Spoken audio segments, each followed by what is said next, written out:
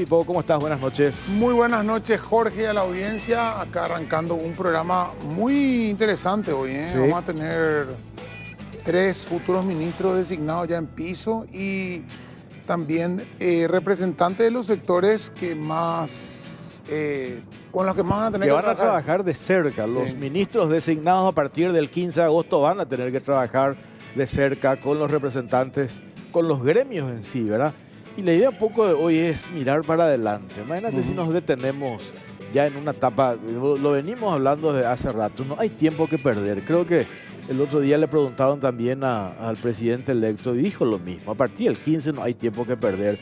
Demasiados problemas, demasiados frentes y por algo la ciudadanía el 30 de abril decidió acompañar o votar un proyecto político y ese es el proyecto político que tiene que empezar a responder a esa cantidad de gente que ha confiado y que ha apostado a ese proyecto, independientemente de las críticas que van a haber y que se van a dar nomás luego, inclusive con las designaciones, etcétera, etcétera. Pero arrancamos y le presentamos a la que fue designada la semana pasada, Claudia Centurión, la ingeniera, va a estar a partir del 15 de agosto al frente de un ministerio muy importante, como es el Ministerio de Obras Públicas y Comunicaciones, y hace historia también Santiago Peña con esta designación, con la ida de Claudia Centurión al frente de esta institución, porque es la primera mujer en ocupar un cargo tan importante. Ingeniera, ¿cómo le va? Buenas noches. Buenas noches, Jorge. Buenas noches, Pipo. Encantada de estar acá en este selecto panel. Sí, vi que ya tuviste reuniones, estabas posteando, haciendo referencia precisamente a lo que comentábamos, que no hay tiempo que perder con el ministro actual,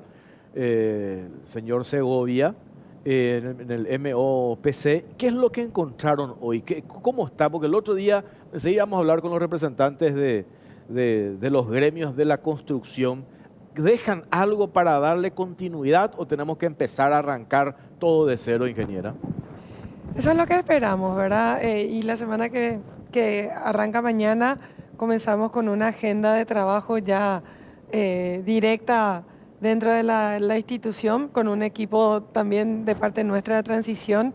Y como siempre digo, el Estado es una carrera de relevos, ¿verdad? Nosotros en su momento dejamos un banco de proyectos importante, varios proyectos también ya con contratos firmados y en ejecución, y esa es la expectativa que tenemos y nos estamos adentrando rápidamente a lo que está hoy en marcha, poder destrabar aquello que quedó más complicado, digamos, por los tiempos políticos muchas veces o temas de presupuesto.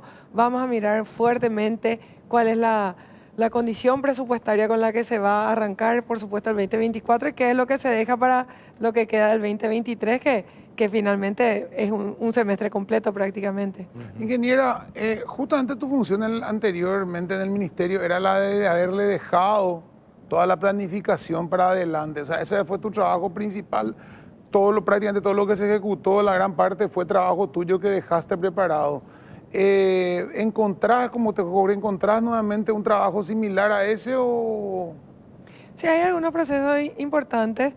Nosotros realmente el equipo del Ministerio de Obras Públicas tuvo una gran producción en el periodo 2013 a 2018. Llevamos la ejecución de 200 millones de dólares por año a prácticamente 800, 900 millones de dólares por año. Particularmente a mí me había quedado la responsabilidad de dejar andando y en marcha el proyecto de la PP de la Ruta 2, el corredor bioceánico, o sea, más de 1.000 millones de dólares en proyectos que se ejecutaron afortunadamente durante este periodo, ¿verdad? Así es que vamos a mirar ahí a ver qué es lo que dejó. Como digo, esa es la idea, ¿verdad? El programa no puede ser solamente mirando 5 años, sino que mirando el futuro. Claro, las obras públicas tienen un horizonte mucho más largo y queremos hacer políticas públicas en el sector de infraestructura, ¿verdad?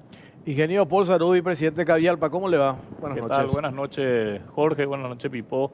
Buenas noches también a la flamante ministra de Obras Públicas.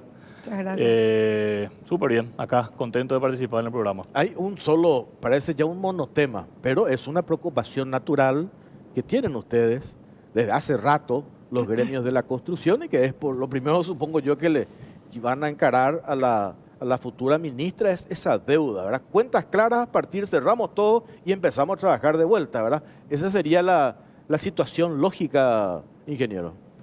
Sí, mira, yo creo que hoy la ministra tiene una gran ventaja, ¿verdad? Hoy hay un aparato productivo en el sector de la construcción bien dimensionado. O sea, las empresas en los últimos años, con lo que se aumentó en los volúmenes de inversión en infraestructura, crecieron muchísimo. Se compró muchísimo equipamientos, se capacitó gente, contrató gente. O sea, hoy la empresa paraguaya está preparada para poder acompañar cualquier plan de gobierno, por desafiante que sea, ¿verdad? Ahora, hay que solucionar eso que vos acabas de decir, ¿verdad? Estamos en una situación financiera apremiante. Las empresas paraguayas están sufriendo los sobrecostos que le acarrean tener que apalancarse con el sistema financiero y seguimos sobreviviendo solamente a través de eso, ¿verdad? A través de los préstamos bancarios y también a través de lo que nos aguantan los proveedores. Entonces, si queremos mirar para adelante, si queremos encarar programas verdaderamente grandes de inversión en infraestructura, primero tenemos que tratar de sanear la situación de las empresas. Eso desde el lado del sector privado, ¿verdad? Y desde el Estado, al Estado le sale mucho más caro lo que hoy está pasando, porque estamos con una deuda de más de 300 millones de dólares arrastrando durante más de 3 años y lo que ya se pagó en intereses es una barbaridad. Si uno pudiera haber utilizado todo ese dinero de intereses en ejecutar más obras, verdaderamente se podría haber hecho bastante más de lo que se hizo o se va a poder hacer bastante más de lo que se podría decir si eso se soluciona. ¿Tenés el número ¿verdad? de cuánto se gastó en intereses aproximadamente? Y si vos le calculás más de 300 millones de dólares, 3 años, a las tasas que hoy estamos manejando, tendría que estar cercano entre 70 y 100 millones de dólares en intereses, ¿verdad? Es difícil todavía cuantificar porque recién uno puede calcular el valor del interés cuando uno cobra el capital y ahí recién sabe cuántos son los días de atraso que hubieron con cada pago, ¿verdad? Pero hoy oficialmente ya hay metidos en el Ministerio de Obras Públicas pedidos por más de 25 millones de dólares de intereses y eso va a ir aumentando a medida que se vaya cobrando. Dijiste, ingeniera, nosotros vamos a sentarnos y a encontrar, a ver la situación, la que está el ministerio, sobre todo en materia de disponibilidad de recursos. Eso es lo que se tiene que hacer. Pero ya hay una posición en otras entrevistas que ya hicimos contigo, dijiste, esa deuda se tiene que pagar. O sea, eso no está en discusión, ¿verdad? No está en Ahora, discusión. ¿cómo generamos eso? Yo después creo en el otro bloque va a estar con nosotros el designado también ministro de Hacienda, el doctor Carlos Fernández Valdovinos. Clave también es esa coordinación que tiene que tener el Ministerio de Obras Públicas y Comunicaciones con Hacienda. Ustedes sintieron en carne propia eso, porque nosotros le llamábamos al director de Administración Financiera del MOPC, dice, no, dependemos de Hacienda. Le llamamos a un viceministro de Hacienda, no, dice, eso tiene que tener el Ministerio de Obras Públicas y Comunicaciones. Como que se tiraban la pelota, ¿verdad? Alguien tiene que tener la voz cantante en el tema de la deuda con este sector. Así mismo, requiere parte del Ministerio de Obras Públicas una coordinación muy importante. Afortunadamente gozo de una muy buena conversación y capacidad de trabajo con el flamante ministro de Hacienda entrante, ¿verdad? Así es que yo estoy segura que él está muy preocupado también por esta situación y vamos a encontrar la forma creativa de poder resolver rápidamente la deuda, que no siga creciendo, no sigan creciendo los costos financieros, por supuesto, para el Estado, pero por otra parte garantizar también el presupuesto del Ministerio de Obras Públicas para los años venideros, ¿verdad? Porque si nosotros embutimos dentro del presupuesto del 2024, por ejemplo, el pago de la deuda, bueno, vamos a quedarnos con una porción mínima para la ejecución de obras. Y eso es lo que, a criterio mío, no debería pasar porque tenemos que salir con mucha fuerza a movilizar justamente la economía a través de nuevas obras. Ingeniero Guillermo Mas, de Capaco, presidente de Capaco. Así, viendo esta situación en que hablaba el ingeniero Zarubi, el tema de las deudas atrasadas, y como hablaba también de que el sector tiene capacidad hoy técnica para asumir los desafíos, capacidad financiera propia de autofinanciarse o de repente de proyectos APP, llave en mano, concesiones. ¿Hay capacidad del sector de la construcción de conseguir su propio financiamiento para las obras? Antes que nada, muy buenas noches. Gracias, Jorge Pipo, por la invitación. Buenas noches, ministra Claudia Centurión. Muchas gracias. Hay herramientas, tenemos 3 obras que fueron ejecutadas con este sistema de herramientas que hoy disponemos en las leyes paraguayas de la EPP, llave en mano, 2 obras llave en mano que dejó Claudia en su gobierno de la DIPE, dejó eso y se pudieron ejecutar. Bueno, ya son hoy una realidad. Yo creo que el Estado tiene que apostar a más uso de estas herramientas. Hoy el sector financiero paraguayo creo que también ya está con más disponibilidad de poder aceptar estos desafíos, hacer no obras de 500 millones de dólares, pero sí poder hacer obras un poco más pequeñas y diversificar eso, encontrarles cuáles son este tipo de obras, y no solamente obras viales, ¿verdad? Hoy en la región hay otro tipo de obras también que se ejecutan con estas herramientas financieras del sector privado, como ser escuelas, colegios, centros regionales de educación, también penitenciarías. O sea, hay un modelo que hoy resulta ¿cómo se llama?, en la región, y que es positivo. Así que tenemos que tratar de buscar esa herramienta y utilizar. Un poco ya ahora mirando más para adelante, ya hicimos el diagnóstico, básicamente, la situación de la deuda. ¿Cuál va a ser la impronta tuya, ministra, al frente del Ministerio de Obras Públicas y Comunicaciones? Dijo recién el ingeniero Sarudi, las empresas paraguayas están en condiciones de encarar obras de gran envergadura. Yo recuerdo el gobierno anterior, incluso de cuando estaba Ramón Jiménez Gaona, se había hecho llamados a nivel internacional. Me acuerdo de una empresa coreana que en Casapá hizo una ruta que tuvo muchos problemas. Nosotros vamos a apostar a las empresas nacionales, supongo, ¿verdad? Por supuesto, un lineamiento clarísimo de parte del presidente electo Santiago Peña es: la prioridad son las empresas nacionales. Los paraguayos somos quienes, después de recoger también la experiencia de los últimos años, ¿verdad?, sin lugar a dudas, los paraguayos somos los que mejor conocemos nuestra realidad.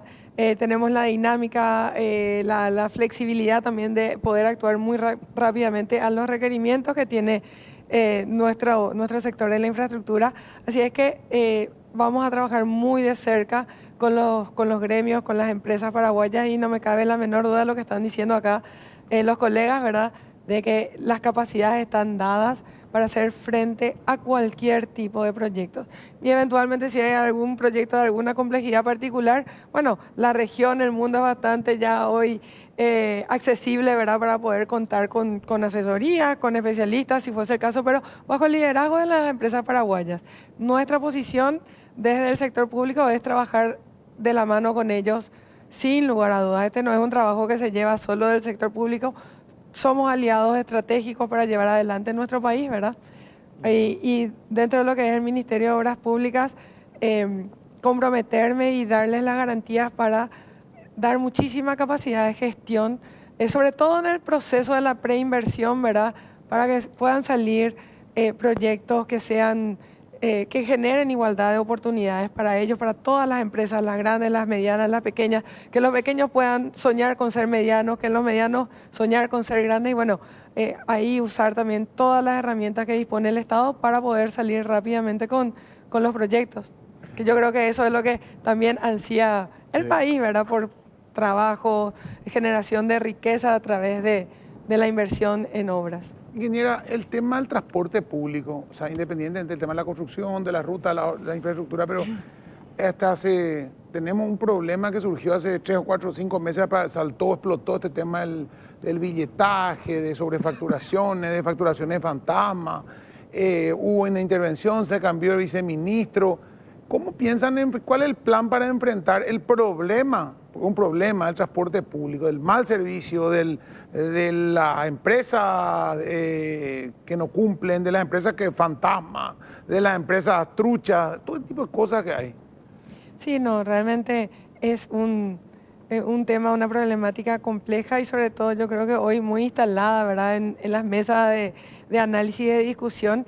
Y el Ministerio de Obras Públicas hoy tiene esa misión, a juicio mío, también de no solamente enfocarse en lo que es tradicionalmente uno de los pilares más fuertes, que es la parte de infraestructura, la construcción, sino que atender con mucha fuerza el sector de transporte, el sector de minas y energía, que también es parte de esta amplitud del Ministerio de Obras Públicas.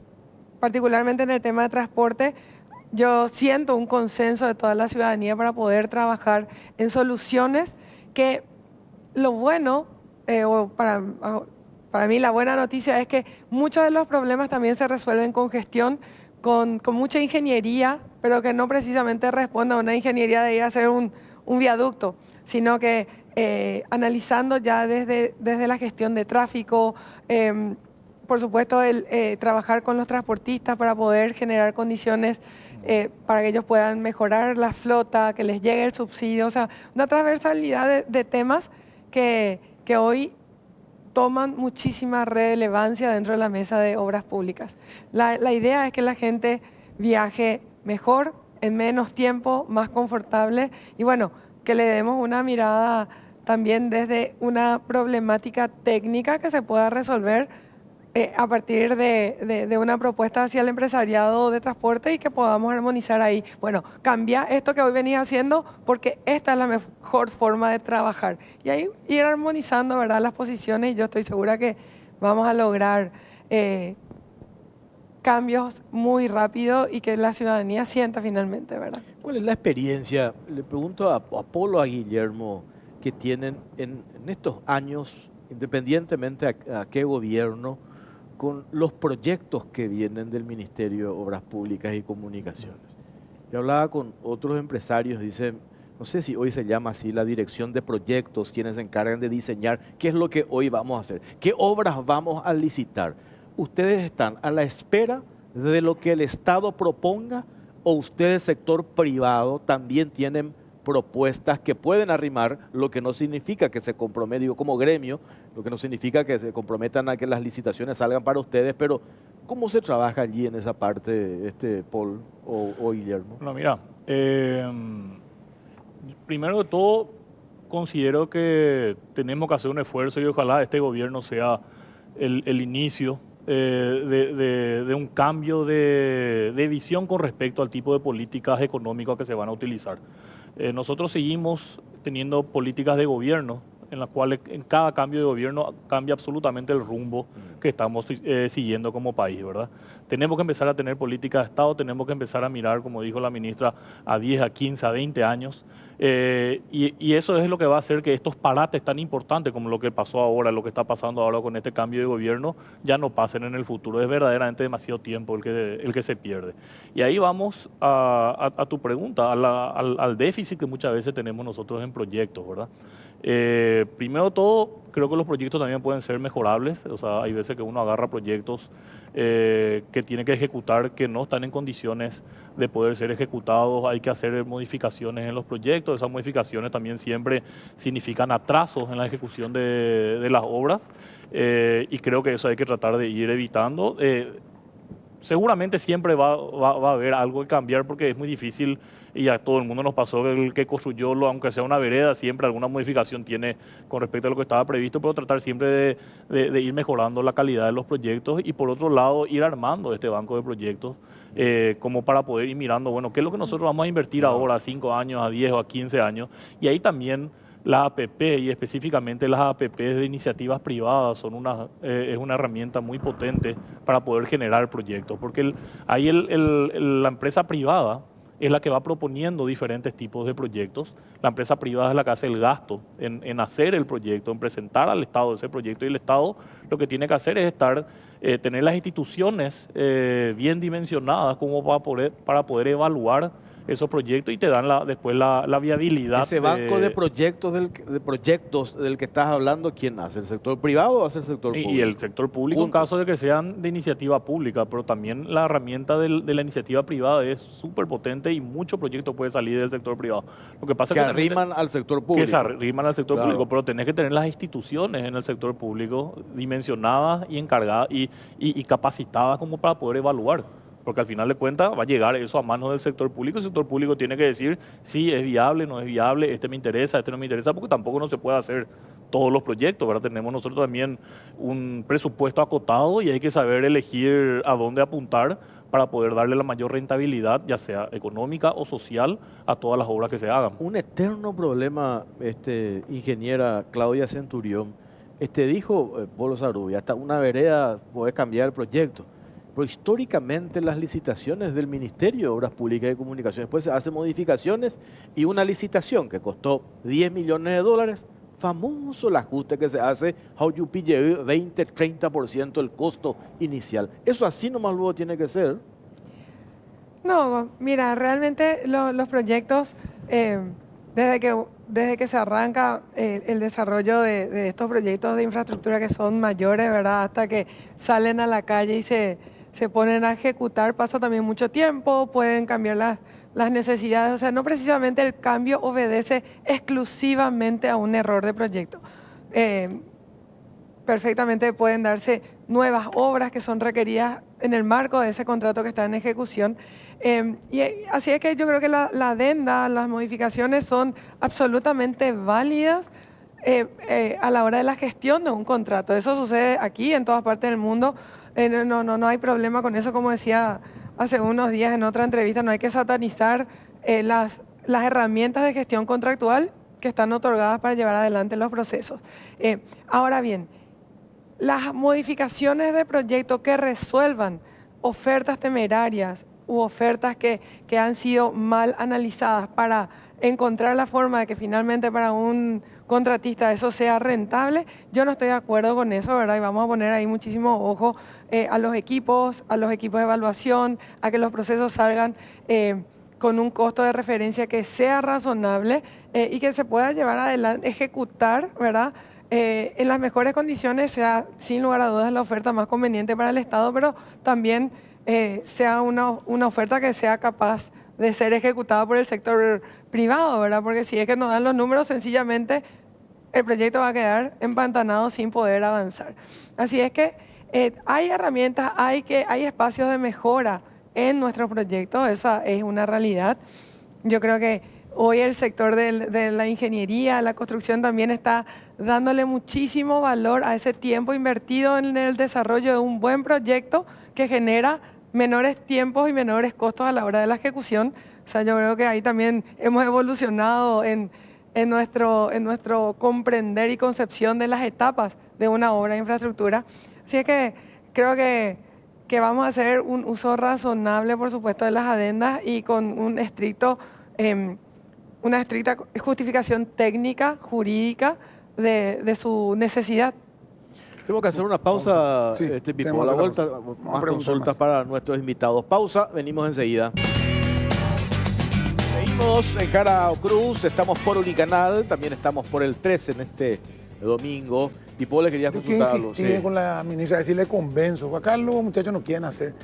Ministra, hay obras que si bien no tienen una factibilidad económica directa, decir, bueno, no es rentable con el peaje como es Ruta 2, que es el caso de Ruta 1. Me decía hace poco, creo que el ingeniero Guillermo Más Padre y otra gente, de que la Ruta 1 es rentable su duplicación hasta Quindío o hasta Paraguarí, pero después no.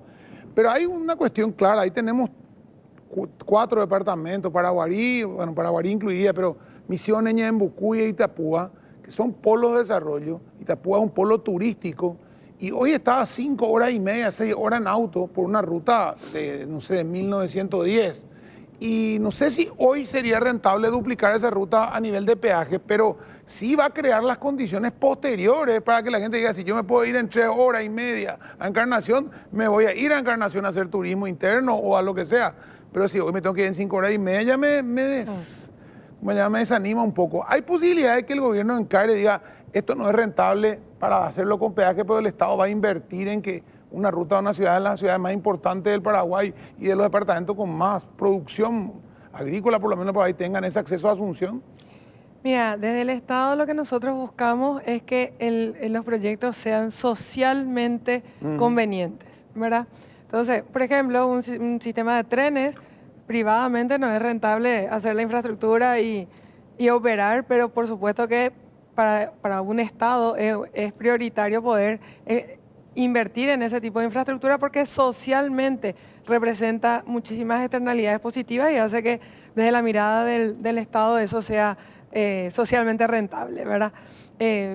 Ahora bien, debe ser privadamente rentable cuando se le entrega, ¿verdad?, la ejecución y la operación, por ejemplo, al privado y sin inversión del Estado tiene que autosostenerse esa infraestructura, una ruta o un puerto, lo que fuese que sea concesionado bajo un esquema de APP. Así es que uno tiene que ver definitivamente los proyectos de manera estratégica, también adelantándose un poco a la llegada del sector privado, desde el sector público para poder hacer esas inversiones. Así que yo coincido contigo que tenemos que generar las condiciones también desde el sector público para que después se vaya ordenando el territorio, se pueda explotar el turismo, se puedan generar industrias, ¿verdad? Y el Estado tiene que ir por delante, aunque eventualmente privadamente puede ser que los números no den.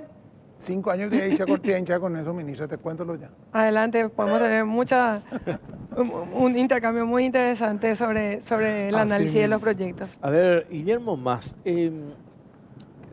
Paul Sarubia hacía referencia a que están en condiciones, perdón que insista con eso, en llevar adelante obras de gran envergadura. Pero sé de los planteamientos que hicieron al sector financiero ustedes para tener, no sé si el término es beneficio, pero acorde a la situación de la sequía, por ejemplo, que pasó el sector productivo, el sector sojero, tuvieron, ¿cómo es que le llaman? Una mirada un poco del sector financiero, digo, fueron más complacientes, digamos. Pero eso tuvo una iniciativa, creo que, del Banco Central del Paraguay. ¿En qué quedó eso? ¿Por qué le dan al sector productivo, que ellos exponen una realidad, es indudable, la sequía, se vieron afectados, no pudieron pagar sus compromisos financieros para no perder el estatus, para no bajar de categoría, hubo un beneficio para ellos? Ustedes plantearon 2 veces exactamente lo mismo y no se les dio. ¿Cómo están en ese sentido? Bueno, es así, tuvimos una conversación la última vez con el ministro de Hacienda y él se ofreció a trabajar en conjunto con el presidente del Banco Central porque realmente no tuvimos respuesta. Como la Capaco ya enviamos 2 veces pedido audiencia con el presidente del BCP sobre este tema porque tenemos empresas que están siendo afectadas seriamente con la recategorización y están bajando de categoría, ¿verdad? Porque hoy la deuda no es por culpa de las empresas, sino porque es por culpa de que el Estado no está pagando. Así que hoy las empresas están realmente sufriendo y estamos... yo te quiero mostrarlo, una comisión directiva de los socios realmente es un mar de lágrimas porque están desesperados, ¿verdad? Y el sector, la banca privada castiga con eso y no tenemos respuesta. O sea, nosotros también pedimos que sean por lo menos, que tengan una empatía con lo que está pasando. O sea, porque esto es muy peligroso, Paul, de entrar en ese, no sé si, corregime si estoy equivocado, una especie de bicicleteo, ¿verdad? Porque están con ese compromiso financiero ustedes, entran en una gran licitación, reciben ese 30% usan para pagar otras deudas pendientes y después los otros, ¿cómo se garantiza la calidad de las obras que se van a encarar a partir de esa situación? ¿Me explico? Sí, absolutamente.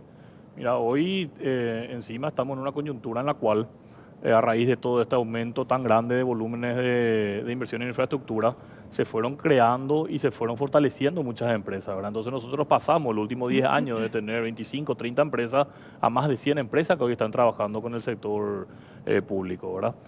¿Qué ocasiona eso? Ocasiona que primero todas las licitaciones sean con una competencia mucho mayor, hay una gran competencia en precio y en calidad, pero también los márgenes van disminuyendo. Cuando vos entras en esta situación en la cual no cobras, porque acá es lo que siempre decimos, difícilmente el sector privado va a poder invertir si no hay una previsibilidad primero de todo y una seguridad jurídica, que es lo que también nos falta como país. Y la previsibilidad es tratar de que los volúmenes de obra se vayan manteniendo por lo menos para los siguientes años, entonces uno puede dimensionarse para ello, y por otro lado la seguridad jurídica significa cobrar en tiempo y en forma, ¿verdad? Porque el contrato así te estipula, ¿verdad? Entonces cuando vos entras en una situación en la cual hiciste grandes inversiones, otra vez encima, la competencia está grande, los márgenes son pequeños, y a eso otra vez le sumás que el sistema financiero ya están empezando a bajarnos de categoría, porque no podemos nosotros hacer frente a las deudas que tenemos ¿verdad? Entonces se crea un círculo vicioso ahí muy peligroso. Entonces, ¿qué es lo que nosotros pedimos?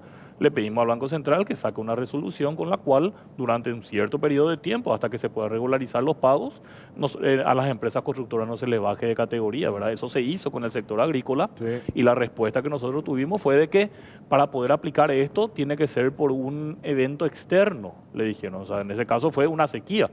Le decimos, la sequía para nosotros es la falta de cobro, así como para el agrícola es la falta de agua, para nosotros Es demostrable la falta situación de de cobro. ustedes. Y es más, hasta fue también por un evento externo, porque yo soy un gran convencido de que este problema que hoy tenemos de cobro, no solamente en el sector de la construcción, en el sector farmacéutico y en otros sectores, fue a raíz del descalce que tuvo el Estado a raíz de la pandemia. Entonces, creo que están dadas las condiciones para que esto se pueda aplicar y bueno, hasta el día de hoy no tuvimos respuesta positiva sobre eso. Ingeniera, no sé si se puede decir ya ministra, digo ministra, Lo le mismo, ninguneamos lo al mismo. ministro nomás, ya total, a mí el ministro hoy me resbala. El tema mina y energía, hablaste hoy, aclaraste muy bien eso. La ANDE está bajo el control, en teoría, o sea, en papeles del MOPC, Itaipú a través, es propiedad de la ANDE, es decir, está la renegociación del anexo C Itaipú, está también el tema del gas, el tema de buscar fuentes alternativas. Nos hablan todos los expertos en energía que en 7, 8 años vamos a estar al tope del uso de las 2 hidroeléctricas. ¿Cómo está eso? ¿Cómo estás viendo ese tema? Sí, realmente, como dije al principio, el tema de minas y energías tiene hoy una relevancia fundamental sobre la mesa.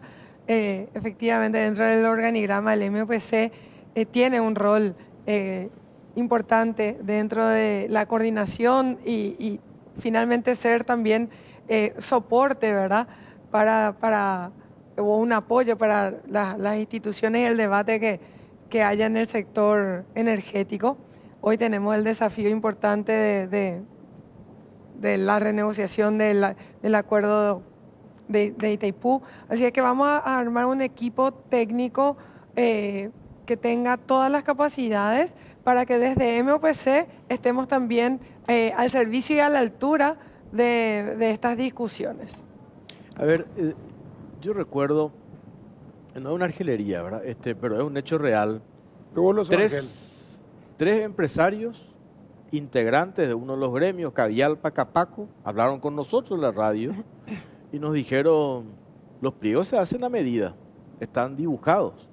No quiero decir nombres para no herir susceptibilidades en este momento de transición, pero eso nos declararon y sacaron comunicado, hablaron por todos lados, dijeron, acá se está trabajando con gente del Ministerio de Obras Públicas y Comunicaciones y se están dibujando los pliegos de bases y condiciones. Un ex ministro de Industria y Comercio dice, ahí ya no se mira la competencia de precios, se mira la coima, dijo un ex ministro, ¿verdad? ¿Cuál va a ser tu posición sobre ese tipo de planteamientos? No digo que lo sean ellos, ¿verdad? Pero hay eso, hay que ser realista, ¿verdad? Lo dijeron tres empresarios con nombre y apellido de que así se manejó en este gobierno, se manejó así. Lo dijeron ellos, ¿verdad? ¿Cómo se evita eso, la conformación? A mí me dicen, la ingeniera Claudia es muy buena técnica, pero no tiene cintura política, me decían otros. Entonces yo digo, bueno, depende también la conformación de sus viceministros, ¿verdad? Porque viene la presión de los políticos que hacen lobby por algunas empresas, etcétera, etcétera. ¿Cómo va a manejar eso, ministra? No, mira, yo tengo una posición clara respecto de los procesos de adquisición que saca el Estado. Tienen que ser procesos que permitan la competencia. Para mí el clamor del sector privado es que hayan obras, que salgan los procesos a la calle, que estén calzados financieramente, o sea, que se garantice, por supuesto, que los proyectos tienen financiamiento. Y finalmente, creo que el pedido más importante que viene del sector privado es la igualdad de oportunidades, que puedan competir, que justamente erradicar esas malas prácticas que sin duda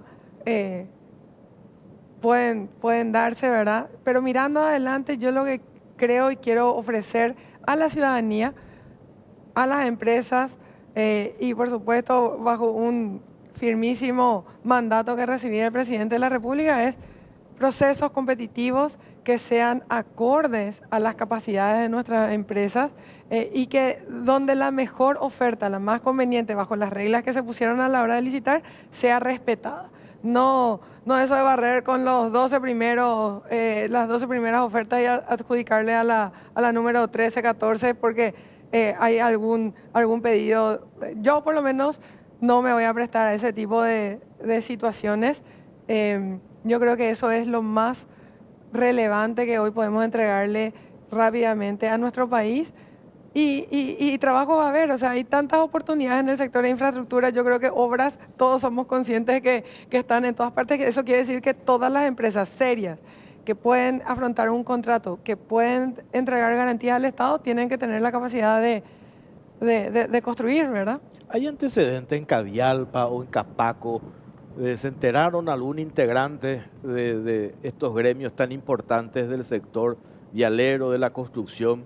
Oye, por Tabaíjico hubo una especie de sanción, castigo directamente le sacaron. Hay una revisión, hay una instancia donde se hace eso, tipo, no sé, tipo el Partido Colorado, el Tribunal de Conducta, no sé. ¿Tienen ustedes eso, Paul, Guillermo? Mira, Jorge, primero todo, estos empresarios que vos decís me parece son unos grandes irresponsables para decir eso. Si es que tienen algo que reclamar, tienen que traer las pruebas y eso se tiene que investigar, ¿verdad? Acá nosotros lo que siempre decimos es de que las instituciones tienen que ser lo más serias posible para que nosotros podamos seguir creciendo.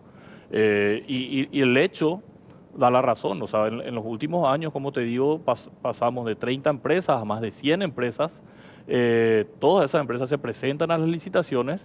Es difícil decir, le voy a dar más trabajo a esta que a la otra cuando hay tanta cantidad de empresas que se presentan, ¿verdad? O sea, yo no veo que vaya por ahí.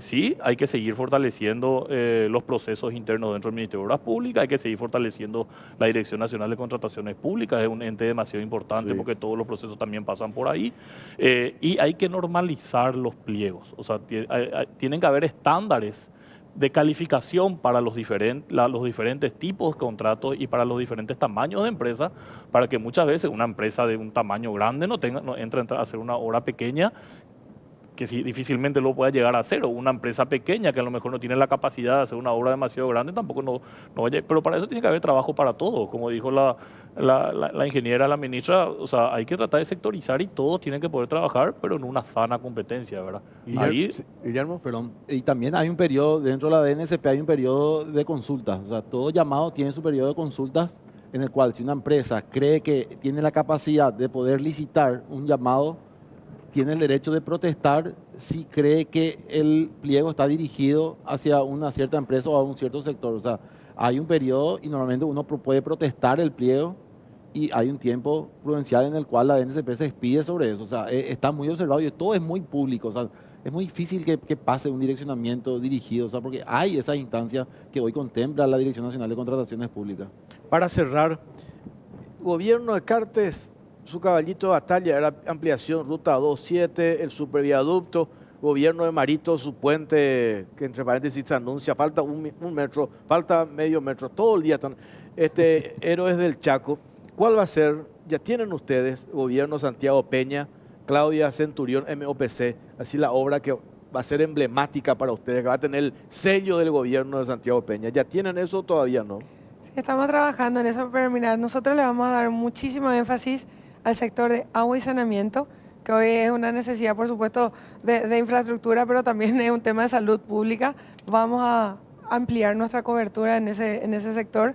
Y como dije hace rato, darle muchísima mirada a los proyectos de transporte. Y en ese sentido, hay un anhelo importante, ¿verdad?, en todo lo que es conectividad. La ruta 1, que hoy está en etapa de precalificación, creo que es uno de los proyectos sin lugar a dudas emblemáticos también. Así es que es bastante transversal la mirada que vamos a darle a obras públicas. Y no olvidarnos, por supuesto, de algo que es sumamente relevante después de todos estos últimos años de una inversión importante, generar los programas de mantenimiento para poder garantizar también mantener, ¿verdad?, el patrimonio ya con el que hoy cuenta el Estado. ¿Tus viceministros vas a designar vos o eso va a ser un consenso otra vez con el presidente? ¿Cómo va a armar tu equipo de viceministros de obra, de finanzas, vecinal, de transporte? ¿Cómo va a hacer eso? No, realmente el presidente para mí es un mentor, ¿verdad? Y tengo una muy buena conversación con él. Conoce los actores también que le voy presentando, pero sobre todo sabe que la responsabilidad está otorgada sobre mi cabeza y me da la libertad de poder elegir mis jugadores. Pero a mí en particular me gusta trabajar con mucho consenso con mi jefe, ¿verdad? Que es el presidente Santiago Peña. Puertas abiertas, va a abrir tu puerta permanentemente para que entren los representantes de los gremios, está todo llaveado, eso tienen que pedir cita después de un mes, 2 meses. No, nosotros somos parte ya de otra generación, Jorge, tenemos una conversación fluida, venimos acá no a generar unas instancias de alejamiento, sino acá a remangar la manga y poder trabajar en conjunto. Por supuesto que la clave es una comunicación fluida. Yo siento que me sumo, ¿verdad?, a un trabajo que se viene haciendo desde hace muchísimos años y ponerme también ahí a las órdenes de todo este Ministerio de Obras Públicas que tiene muchísimas capacidades y ni hablar de lo que es el sector privado, ¿verdad? Perfecto. Ingeniera, gracias por su tiempo, muy Por amable. favor, gracias a vos, Jorge. Paul, Guillermo, muchas gracias. Gracias Jorge, gracias Pipo, gracias ministra. De vuelta a disposición las empresas paraguayas para poder acompañar todos los programas de gobierno que quieran llevar adelante. Ojalá podamos empezar a tener programas ya a más largo plazo. Falta, ahora la pelota está parada. Este periodo de transición creo que es demasiado importante que empiecen ya a mover. Así el 15 de agosto empieza ya a moverse todo ese gran esquema que tiene ahí el Ministerio de Obras Públicas. Guillermo, gracias por tu tiempo. Muchas gracias, Jorge, muchas gracias, Pipo, gracias, ministra. Y bueno, le deseamos el mayor de los éxitos en esta cartera. El país necesita de más obras, necesitamos mayor calidad de vida y tenemos todo un gremio a disposición para colaborar en lo que sea, ministra. A la vuelta de la pausa, Javier Jiménez, designado ministro de Industria y Comercio. Después Carlos Fernández Valdovinos estarán con nosotros en Caro Cruz. Pausa, venimos enseguida. Seguimos en Caro Cruz, estamos por Unicanal, también estamos por el 13. El viernes a las 10 de la mañana se dio la última designación de Santiago Peña, presidente electo, la conformación de su gabinete. 3 tuvimos la semana pasada. Lo de Claudia Centurión, MOPC, Javier Jiménez, Ministerio de Industria y Comercio, y el viernes a las 10 se dio a conocer el famoso videíto, ya que nos tiene acostumbrado el presidente electo, Carlos Fernández Valdovinos, va a ser a partir del 15 de agosto ministro de Hacienda, está con nosotros esta noche para compartir con nosotros. Carlos Fernández Valdovinos, doctor, ¿cómo le va? Buenas noches. Muy buenas noches, Enrique, muy buenas noches a toda la teleaudiencia, Ernesto, muy buenas noches.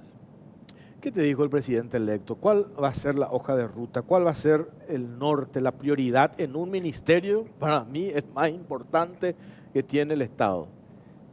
Lo principal es mejorar las condiciones de vida de los paraguayos. Creo que por diferentes motivos, entre ellos la pandemia, pero no quiero concentrarme solo en eso, el bolsillo de la gente está muy golpeado. Las condiciones de vida, las condiciones económicas de la gente no está muy bien. Y necesitamos recuperar rápidamente por lo menos un mayor grado de satisfacción de la gente, mayor calidad de vida de todos los paraguayos. Eso va a ser importante. Ojo que eso no implica que va a ser el Ministerio de Hacienda el único encargado de hacer todo esto. Eso va a necesitar una acción coordinada a través, primero, de diferentes ministerios, ¿verdad? Vamos a tener seguramente el Ministerio de Industria y Comercio, el Banco Central del Paraguay, el Ministerio de Hacienda, el Ministerio de Obras Públicas, etcétera, pero no me quiero olvidar la importancia del sector privado, porque es el sector privado el que tiene que generar los puestos de trabajo para dar un salario digno y una vida digna a todos los paraguayos. Ministro, doctor, te escuché el viernes, decías algo como que hay plata pero se usa mal. No es que no tenemos plata, sino que hay plata pero se usa mal. ¿Es así realmente? Y asimismo, yo creo de que hay muchos casos que saltaron recientemente. Me quiero recordar simplemente uno de los casos, se refiere a la licitación que había hecho el IPS por 67 millones de dólares para lavado de sábanas y demás. Ese es un caso claro en el cual hay plata, porque 67 millones de dólares es mucha plata. Lo que pasa es que se gasta mal. Debería estar asignado ese presupuesto para otro tipo, a otro rubro, no precisamente al rubro que se le iba a asignar. Y así hay miles de ejemplos. Así que yo creo de que en este momento a mí, al presidente electo, no nos da la cara para pedirle a la gente del sector privado paguen más impuestos. Este no es el momento para eso. Yo creo que es el momento de empezar a mostrar una mejor gestión de lo que se tiene. Y después recién podemos sentarnos a discutir un poco sobre otras prioridades. Enrique Duarte, presidente de la UIP, ¿cómo le va, ingeniero? Muy buenas noches, Jorge. Buenas noches, Pipo, Carlos. toda la teleaudiencia. Estas designaciones que se dieron el miércoles, la de Javier Jiménez García de Zúñiga en el Ministerio de Industria y Comercio, lo del viernes, lo de Carlos Fernández, ¿cómo ven ustedes que son actores protagónicos de la economía? Y voy a tratar de ser sintético. Nosotros vemos con mucho optimismo personas que vienen del sector privado, en el caso de Carlos ya con una vasta experiencia en materia del sector público, gente que conoce nuestra realidad, gente que viene, que vive nuestra problemática y que siente todo lo que está pasando en la economía. Yo tomo con beneplácito lo que acabo de escuchar por parte de Carlos, ¿verdad? De que acá lo que hay que mejorar es la gestión. Tenemos que, muchas veces decimos, vamos a achicar el Estado, lo que tenemos que mejorar es la calidad del gasto. ¿Para qué? Para producir mejores condiciones de vida. Y en este caso, tanto Carlos Fernández como Javier Jiménez a nosotros nos genera una sensación de seguridad. Y es importante aclarar algo, Jorge. Ustedes se dieron cuenta que en el mercado volvió, como dicen los jóvenes, la buena onda. Volvió la esperanza, volvió las ganas de invertir. Y tengo datos concretos del la producción, que luego termina en el comercio, de que están mejorando las condiciones, el consumo está subiendo.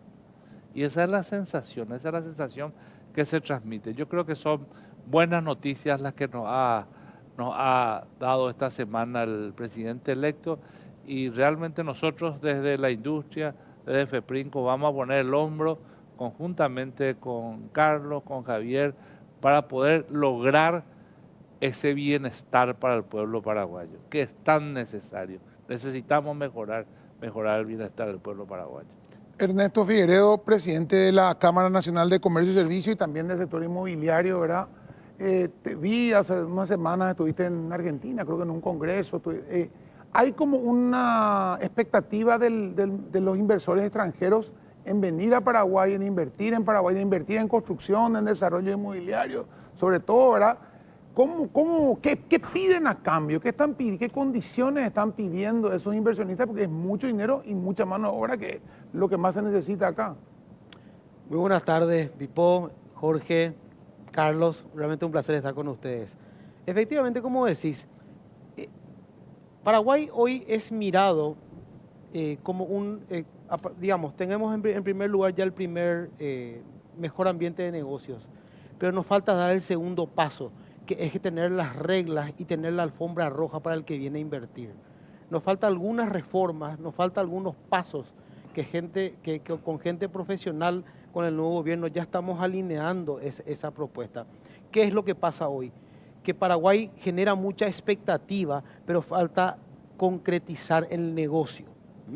Y voy a dar un ejemplo concreto. Uruguay se benefició por la rapidez en que tomó las medidas en esa migración de grandes capitales de Argentina, donde un argentino desde una página web y un código QR, antes de llegar a Uruguay tenía ya la residencia.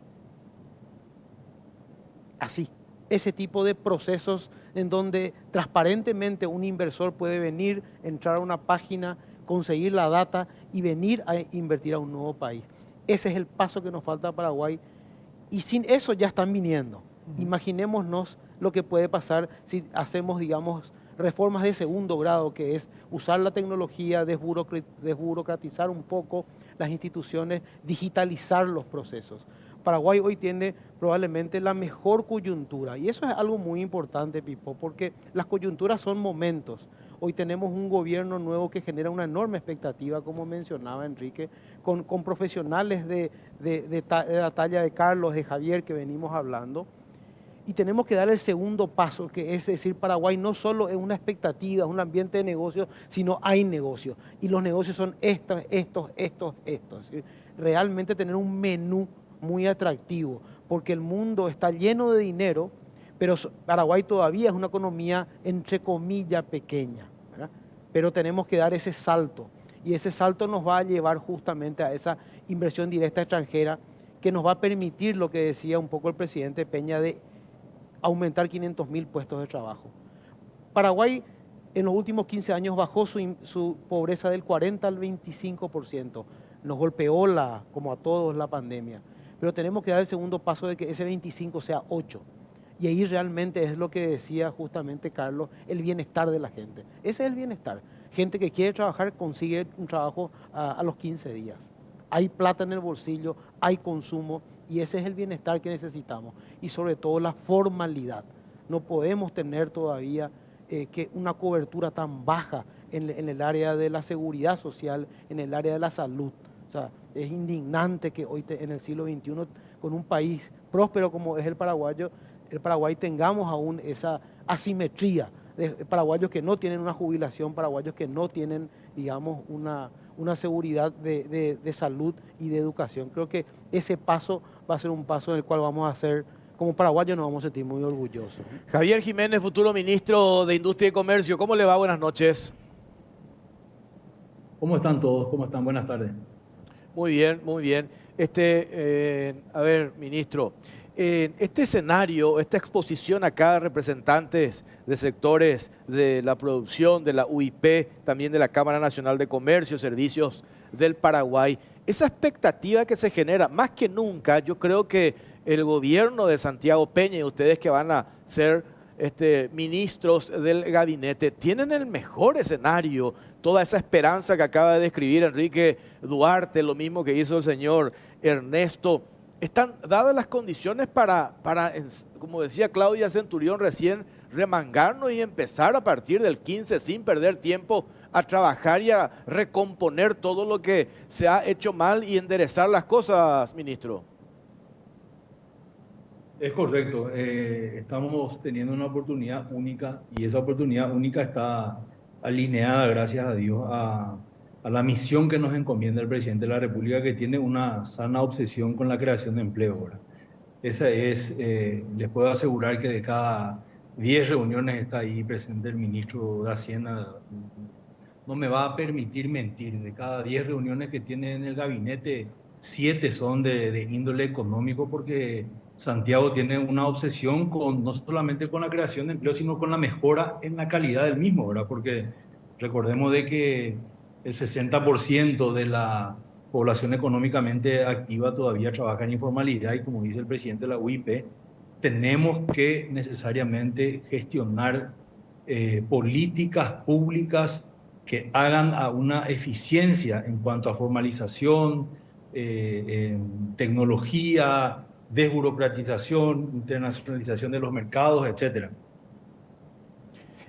A ver, Carlos Fernández Valdovinos, siguiendo un poco en esta charla y les agradezco que estemos todos integrados, podemos interactuar también. Una cuestión fundamental, hablamos el otro día antes de tu designación y que a nosotros nos preocupa, digo, ¿dónde vamos a conseguir la plata?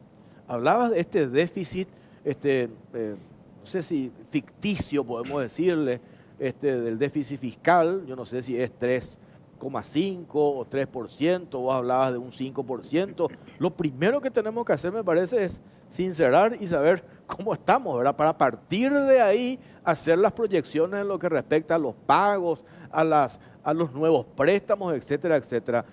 Yo supongo que en este proceso de transición te vas a reunir con Llamosa y ahí de frente le vas a preguntar cuáles son los números reales en materia principalmente del déficit que tenemos actualmente. Sí, absolutamente. Ningún gobierno puede tener un plan de vuelo si ni siquiera sabe el punto de partida.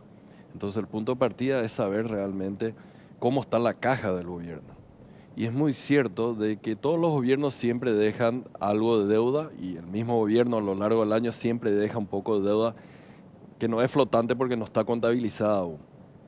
Pero el monto de esa deuda no contabilizada en estos momentos es la más alta que yo tengo conocimiento. Desde hace muchísimo tiempo no se tiene ese monto de deuda que puede estar en 500, 600 millones de dólares. Ahora bien, esta es una deuda generada por este gobierno, que lo primero que tiene que hacer es reconocer la existencia de la deuda y después, bueno, proponer un plan de pago de esta deuda. Hoy algunos colegas de ustedes me preguntaban, ¿qué vas a hacer? Y yo les decía, no es que yo voy a hacer, ¿qué va a hacer este gobierno que es el que generó esta deuda? Ellos deberían tener la responsabilidad de asumirla y de proponer cómo pagarla, porque está afectando realmente el funcionamiento normal del sector privado, no solamente para farmacéuticas, constructoras, transportistas, hasta de los mismos bancos que tienen una cantidad de recursos dedicada a esta deuda que todavía el Estado no paga. Entonces, veamos, después de las reuniones que voy a tener este martes con el ministro Llamosa, si nos ponemos de acuerdo en esto. Pero yo creo de que cuando uno tiene una enfermedad, lo primero que tiene que hacer es reconocer que está enfermo y después ver cuál es el tratamiento, si no, no puede curarse. Ahí, doctor, justamente hablaba Paul Sarú y decía, le pregunté, pues decía, hay una deuda financiera de intereses bancarios que ha pagado el sector construcción nomás, sobre la deuda no abonada por Hacienda al sector privado de 70 millones de dólares, sector bancario. Una barbaridad, o sea, eso, si se hubiera sincerado en su momento, se hubieran emitido bonos, a lo mejor era un tercio de eso, o menos, ¿verdad? Porque las tasas son del 14, del 15, del 17, una monstruosidad para lo que es ese nivel de endeudamiento. ¿Está a tiempo todavía de que este gobierno solucione eso o vamos a tener que esperar a que lleguen ustedes? Yo creo que hay tiempo para reconocer y proponer un plan. La implementación de dicho plan probablemente ya va a caer en el próximo gobierno, que creo que no está mal. Yo no tengo problema si hay un plan razonable, ver cómo hacemos con toda esa deuda. Lo que no podemos seguir es en el status quo, en donde no hacemos nada, no vemos el elefante que está acá en el cuarto y queremos seguir hablando como si nada. Eso no se puede, no es bueno para los afectados directamente, para el sector privado en general, ni para el país. Yo le quería preguntar al ministro de Industria, sí. Licenciado Jiménez, hablaba yo esta semana y lo comentábamos en el programa de la noche de la situación que se da en el sur, ¿verdad? Se perdieron 200 y pico de 1.300.000 puestos de trabajo en la pandemia, en Encarnación, en el sector comercio y servicios. Y resulta que de repente hay un feriado largo en la Argentina y tenemos que un caos en la frontera paraguaya. Yo pensaba, es más, le culpaba a los gendarmes argentinos. Me aclaran, no, el problema es que está la Marina encimada con la policía y encimada con la policía municipal para ver quién coimea más haciendo la cola. A ese nivel de locura llegamos que, no habiendo trabajo en Encarnación, se genera una oportunidad para que respiren un poquitito, ni siquiera para que sobrevivan. Y el propio Estado, en vez de sacar a toda esa gente de ahí para que está creando problemas y coimeando, genera más problemas, genera más carga. Y eso tiene que ser una decisión ya de ustedes, el momento en que entran de sacarla a toda esa gente de ahí y dejarle trabajar en paz a la gente. Esa es la consigna, Pipo. Vos estás tocando una tecla fundamental que es dejarle a la gente trabajar. No puede ser que no existan políticas entre los ministerios o entre las distintas instituciones de ese tipo, ¿verdad? Y no solamente ocurre en el caso específico del sur, como vos estás diciendo, sino vemos eso a través de los distintos sectores, ¿verdad? Vemos a través de la logística, del transporte, de la industria. O sea, ese es un trabajo fundamental que hay que hacer, ¿verdad? Dejarle a la gente trabajar y la gente progresar, ¿verdad? Desburocratizando el Estado y haciendo con que la gente tenga oportunidad y chance. Claro. A ver, ingeniero Enrique Duarte, también Ernesto, ¿qué es lo que, no sé si en privado ya tuvieron la oportunidad de hablar, pero ahora lo hacemos públicamente, estamos por 2 canales en simultáneo? ¿Qué le planteamos? ¿Qué le pedimos hoy, así como de manera urgente? Yo sé del reclamo que tienen ustedes, no sé si vamos a hablar del contrabando, pero esa es una preocupación en serio. ¿Pero qué le dicen a Javier Jiménez, la expectativa que tienen de lo que él pueda dar en su gestión al frente del Ministerio de Industria y Comercio? Te está escuchando ahí, ingeniero. Sí, gracias, Jorge. La verdad es que acá hay una etapa primaria, ¿verdad? Recién lo escuché a Carlos y aprovecho también para comentarlo a Javier. Nosotros tenemos que mejorar la expectativa. Tenemos que trabajar inmediatamente en lo social. Nosotros tenemos hoy problemas de productividad. ¿Por qué? Por el ambiente. El transporte público, cuando yo hablo de lo social, estoy hablando del transporte público. Tenemos colaboradores que salen a las 4 de la mañana para estar a las 7:30 en el trabajo. Tenemos problemas con la seguridad ciudadana. Sí, es un problema social porque esa gente que está saliendo están siendo asaltadas. Yo no conozco empleados que tenemos en las empresas que no hayan sido asaltados. Y tenemos el problema de la salud pública. O sea, primero yo creo que nosotros tenemos que trabajar todos juntos, todos los sectores, no del gobierno, del Estado, en tratar de mejorar un poco este problema social. Tenemos que volver a que la gente se sienta contenta. Y ahí, a partir de ahí, saltar. Recién explicaba Ernesto, acá tenemos dos problemas que van a ser, que vamos a tener que trabajar de forma muy coordinada con el futuro ministro de Industria y con el futuro ministro de Hacienda, que es el trabajo contra la lucha contra la informalidad y contra la economía subterránea. Estamos hablando de algo que se acerca al 40% del Producto Interno Bruto. Nuestro ministro de Hacienda va a tener que cubrir el presupuesto. Y para eso tenemos que luchar contra la informalidad y contra la economía subterránea. Y el contrabando. Claro, el contrabando y bueno, y otros delitos conexos, ¿verdad? Pero eso solamente se puede hacer en un ambiente coordinado. Y yo le digo en la cara a Javier y a Carlos, nosotros tenemos cifradas esperanza de poder trabajar conjuntamente. Acá tenemos que despojarnos de toda posición individualista y tenemos que trabajar por el país. Como dice Ernesto, las condiciones están dadas. Tenemos buen clima de negocios, pero no aterriza la inversión. Necesitamos que la institucionalidad funcione. Necesitamos que la ley, que el marco legal rija con igualdad para todos. Necesitamos que la justicia funcione y que sea prueba. Porque mucho esfuerzo podemos hacer en la parte económica, mucho esfuerzo puede hacer el ministro de Industria en traer inversiones en general, el ministro de Hacienda por lograr la eficiencia, pero si las instituciones no funcionan, no vamos a salir adelante como país. El trabajo es importante, las condiciones están dadas y siempre decimos de que no debemos desaprovechar el momento. Paraguay está pasando por un momento especial en el contexto global y nosotros tenemos que entre todos aprovechar este momento, que al final ¿en qué se va a traducir? Se va a traducir en generación de empleo y en generación de empleos dignos. Sí. Javier Jiménez, ¿qué le decía a Enrique Duarte? Estoy totalmente de acuerdo con lo que está expresando el presidente de la UIP, crear clima de negocio y hacer con que la gente salga de esa informalidad.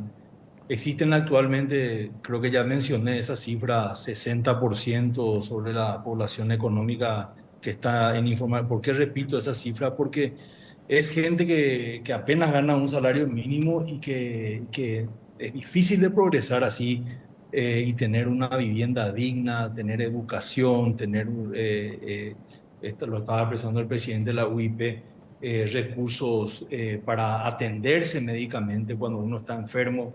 Entonces es muy difícil así crear las condiciones necesarias para que inclusive venga el capital extranjero y dotar nuestra fábrica de trabajadores entrenados y bien alimentados y bien puestos. Entonces son todas medidas que hay que ir tomando en cada uno de los ministerios y de forma conjunta para llevar ese proceso adelante. Yo hago también hincapié mucho en el tema de las inversiones. Necesitamos también inversiones por parte del sector público con estas cuentas que estaba explicando el ministro de Hacienda, pero que apuntalen también los grandes proyectos. Vos sabés que con el presidente de la UIP estuvimos trabajando mucho tiempo en el tema de la hidrovía, ¿verdad? Que es un tema fundamental para el país, pendiente.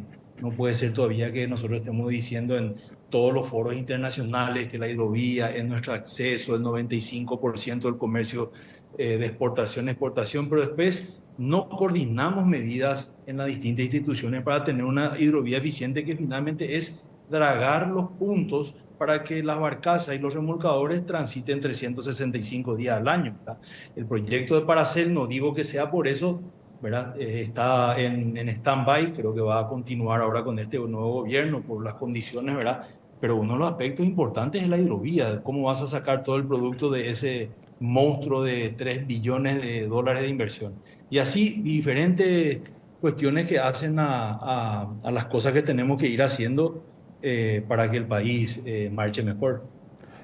Ministro, doctor, el tema, lo que dice Javier Jiménez, el ministro de Industria, la coordinación del equipo económico debería partir eso, o sea, a partir de que él es parte de eso, la lucha anticontrabando, la persecución de lo que dice Enrique. Enrique nos contaba hace 2 o 3 años, ¿verdad? ¿Cuándo fue lo de la barcaza? Vino acá, denunció que hicieron una conferencia de prensa, ellos todos juntos, nunca en la vida vi, todos juntos a denunciar el contrabando que exigimos, no pasó nada.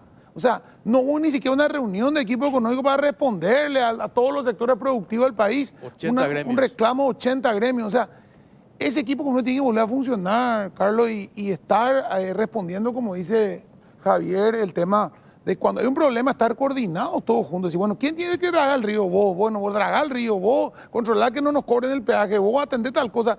Eso es el trabajo coordinado. Toda la razón, pero quiero ampliar un poco lo que estás diciendo. Ese equipo económico tiene que volver a funcionar para este y para otros temas.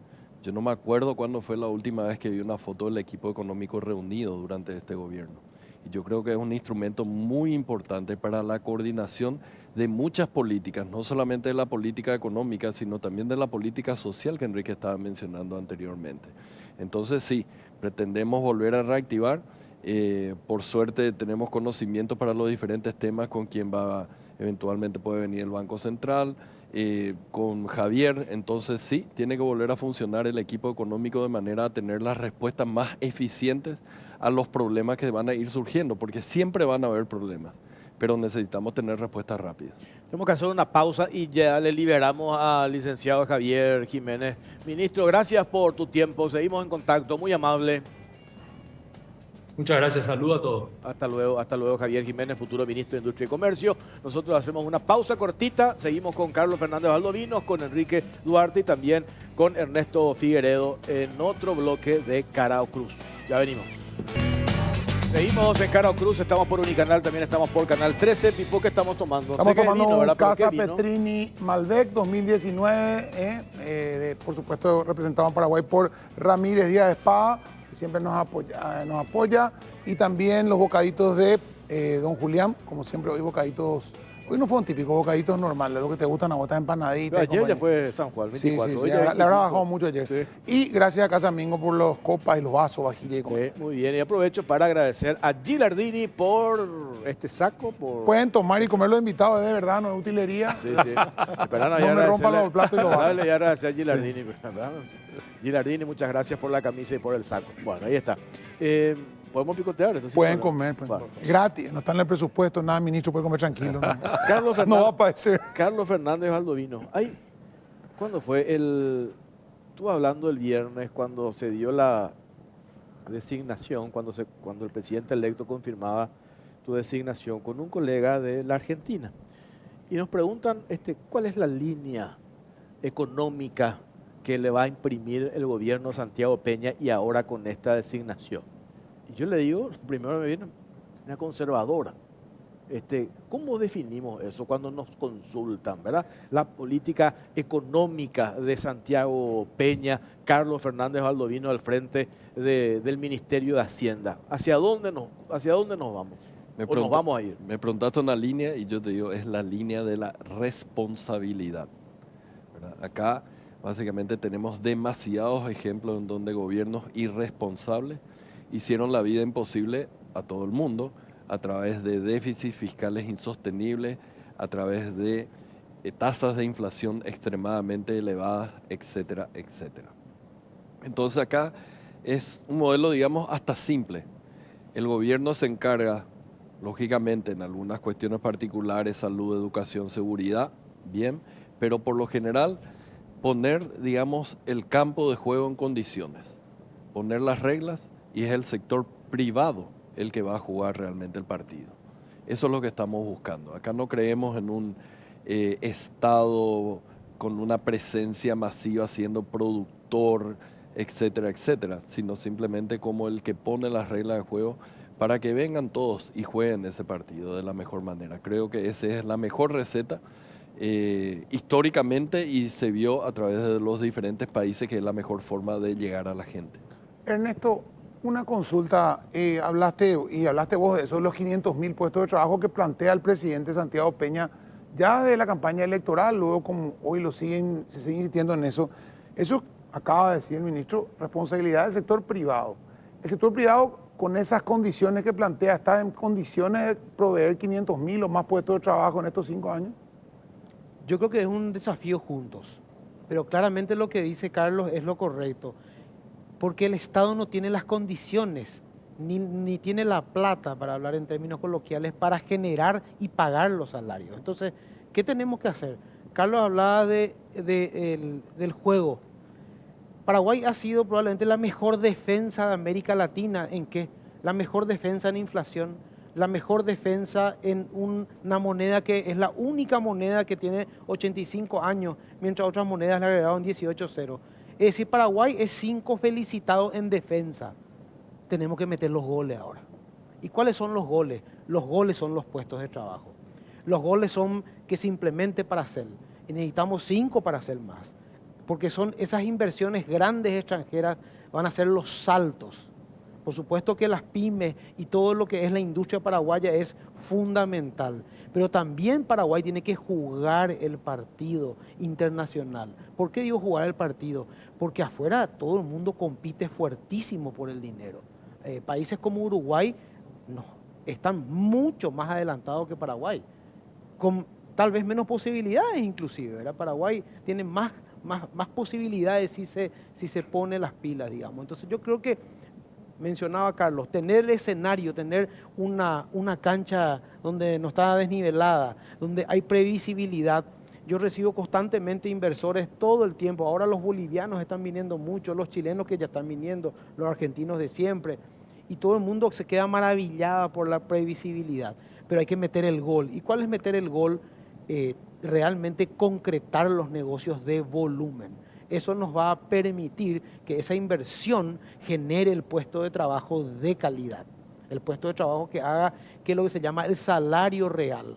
¿Verdad? ¿Qué es lo que queremos? No queremos que venga alguien por decreto, vos tenés que ganar 10 millones, porque eso no funciona. Lo que funciona es generar competitividad a través de que hay tal demanda de puestos de trabajo que suben los salarios reales. Eso es el bienestar, donde la gente gana más dinero, el Estado recauda más, pero no le sale más dinero al presupuesto. Entonces el Estado tiene condiciones para estar al día con sus obligaciones y para invertir en donde tiene que invertir, que justamente es lo que es salud, digamos, es seguridad. Que es algo que no puede el sector privado, digamos, en cierta medida hacerse cargo. Claro. Doctor Carlos Fernández Baldovino, dijiste cuál es la línea de la política económica, hablaste de la responsabilidad. Hice acá mi listita. Le escucho a Riera, dice, vamos a triplicar los linces. 100% de acuerdo. El problema es la inseguridad que mencionaste, Enrique, ¿verdad? Le escucho a Baruja, dice, vamos a superar la cantidad de viviendas que se hizo en el gobierno anterior en vamos a superar. Claudia Centurión dice, saneamiento, agua, las rutas, vamos a potenciar la infraestructura. A Jiménez no le escuché tanto, pero te das cuenta las pretensiones naturales, legítimas, reales, necesarias, pero ya le conmigo la plata, ¿verdad?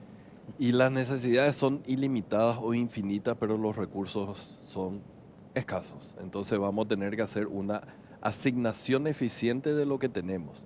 Y muchas veces no es un problema que no tenemos la plata, sino es un problema que gastamos mal. De nuevo, 67 millones de dólares es mucha plata, pero si lo usás para hacer un programa para lavar sábanas, es una mala asignación de recursos. Y otra cuestión más, ya que hablaste de Claudia Centurión, MOPC. Yo creo que ha sido exitosa la experiencia APP. Si bien es el triple el costo del peaje yendo por la ruta duplicada, que es lo que sería una ruta nacional, creo que hay muy pocas quejas o ninguna queja, porque se tiene el servicio y en lugar de tomarte 6 horas y media para llegar a Ciudad del Este, puedes llegar en 3 horas y media. Entonces usemos más el instrumento APP en donde el sector privado va a tener los recursos como para entrar en donde el sector público no tiene ya los recursos. Entonces es asignación, mejorar la eficiencia y yo creo que va a haber plata tal vez no para todo lo que se quiera, pero sí para hacer mucho más con los mismos recursos que tenemos hasta ahora. Un ex ministro de Industria nos decía, el presupuesto general del Estado hay que saber cortar las grasas, ¿verdad? Hablabas también de la optimización, de la calidad del gasto. Hoy creo que ya tenemos la herramienta de esta modificación a la ley 2051 de contrataciones públicas, cómo compra el Estado. Yo hasta ahora digo, no puede ser que el Estado siga comprando más caro. Hay una explicación, el Estado no paga a tiempo, paga 8 meses después, entonces el sector privado tiene que ajustar sus costos. Pero nosotros tenemos que cortar con eso, ministro. Absolutamente, por eso era importante lo anterior, la cuestión de la deuda acumulada, tenemos que darle una solución y a partir de ahí ser consciente de lo que tenemos como para comprometer las cosas que vamos a comprar o vamos a ejecutar. ¿De qué nos sirve para nosotros tener el récord reciente en asfalto si ni siquiera le pagamos a las constructoras, ¿verdad? O sea, es ficticia ese récord que se tiene. Nosotros tenemos que ejecutar y pagar. Entonces, veamos la forma de limpiar esa deuda acumulada y a partir de ahí, foja cero y hacer una planificación basada en los recursos que se tienen y no en el recurso ideal que uno tendría que tener. La sinceridad que hablábamos también, de sincerar los números, ¿verdad? Sí. Porque nos decían en el bloque anterior, no sé si llegaste a escuchar, estaban los representantes de los gremios y dicen, nosotros le estamos pidiendo al Banco Central del Paraguay ese instrumento que ya le había dado el sector productivo por la sequía. Nosotros podemos entrar en un bicicleteo terrible, las empresas constructoras. ¿Por qué? Porque van a ganar las licitaciones que van a hacer en el gobierno de Peña, van a recibir el anticipo y van a tapar el agujero. Entonces ahí también hay un peligro en lo que respecta a la calidad de las obras que ellos pueden hacer, porque entramos en un juego muy peligroso. Por eso ellos decían también necesitamos esa herramienta, no sé si eso va a ser válido o no, tenemos que hablar con el futuro presidente del Banco Central del Paraguay, pero no dejan de tener razón, no pudimos pagar nuestra deuda porque el Estado no nos pagó, ahí está el problema de la pandemia también, nos baja nuestra calificación los bancos y estamos apretados. Sí, así mismo, por eso es urgente la solución ya para que no se sigan acumulando esas deudas y le sigan poniendo en problema al sector privado por un factor totalmente exógeno y cuya responsabilidad es la del gobierno, que no paga sus deudas. Ahí no le paga al constructor, el constructor no le paga al proveedor de materiales y al final ni el constructor ni el proveedor de materiales le termina pagando a los bancos y baja la calificación de todos ellos. Entonces, por eso es que pongo tanto énfasis en esta deuda, tenemos que solucionar. Y a partir de ahí sabemos cuál es el punto de partida y ahí empezar a hacer los planes o ejecutar todos los planes que son muy buenos, pero no vamos a poder hacer nada si no solucionamos esto primero. Enrique, el tema contrabando, insisto nuevamente, cuando en pandemia se demostró que cerrando la frontera, que se cerró en un 90%, creció el tema de confección, creció domisanitario, todo le fue muy bien a mucha gente. Y después se declaró SOO nuevamente, empezaron los muchachos de las barcazas, los camiones, todo eso que no son la pasera esa que viene con una canasta. Sabemos bien que son grandes corporaciones de contrabando, ¿verdad? Y nos quieren pintar como un problema social, de que hay mucha gente que vive eso. Gran bola terapia para seguir con eso. Hay que insistir y hay que apretar por ese lado, imagino. Vos te acordarás, Pipo, que nosotros a inicio de este año dijimos que salíamos de trabajar coordinadamente en el tema de contrabando porque no veíamos las acciones. Ahora el contrabando solamente no ve el que no quiere. Está en cada esquina. Realmente, recién usó una palabra, Ernesto, es indignante. ¿Para qué vamos a ir a la pandemia? Vamos a la industria. Tenemos una industria domisanitaria de alto nivel en materia tecnológica, en materia de calidad de productos, y está trabajando al 40, al 50% de su capacidad, con toda la implicancia que ello genera sobre la generación de empleo. Tenemos una industria, por ejemplo, en la parte de la producción de pollos. Sí, a lo mejor están vendiendo, pero el mundo hoy, el mercado de Arabia Saudita, el mercado de los Emiratos, no demandan pollo y las inversiones no se realizan porque tampoco en el mercado interno se ve predecibilidad respecto al contrabando. Están ingresando cerca de 50 toneladas de carne acá al área metropolitana por día y eso no viene en la valijera de los autos, eso viene en camiones refrigerados. ¿Y para qué vamos a hablar del aceite, la ropa?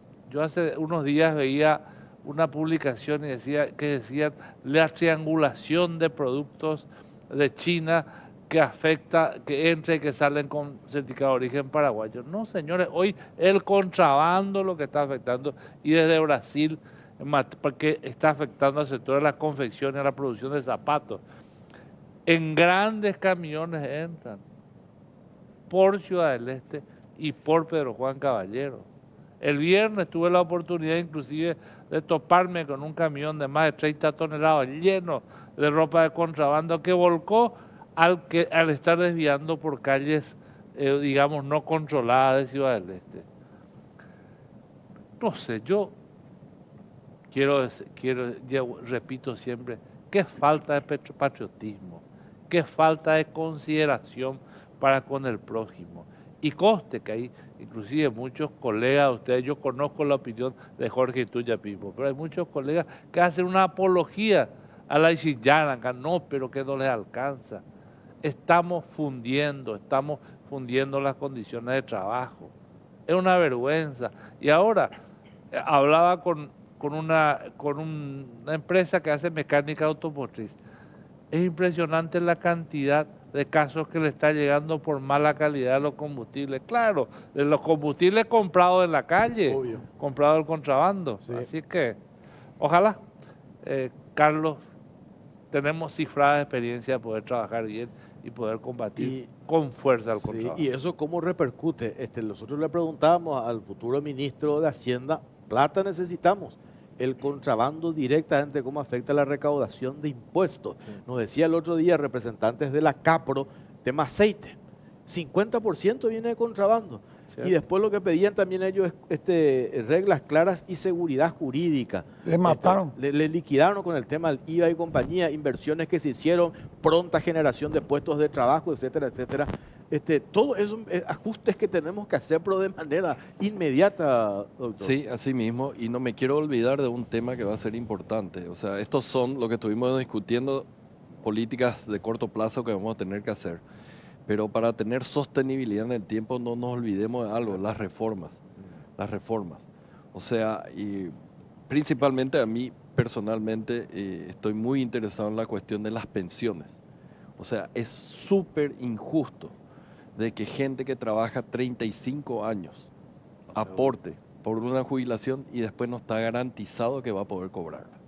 Nosotros no podemos seguir viendo a directivos de diferentes cajas siendo procesados. Quiere decir, malgastaron. Quiere decir, pusieron en peligro el aporte de toda esa gente. Entonces, no nos olvidemos de las reformas y principalmente de las pensiones. A mí me preocupa que se esté jugando sin reglas de juego.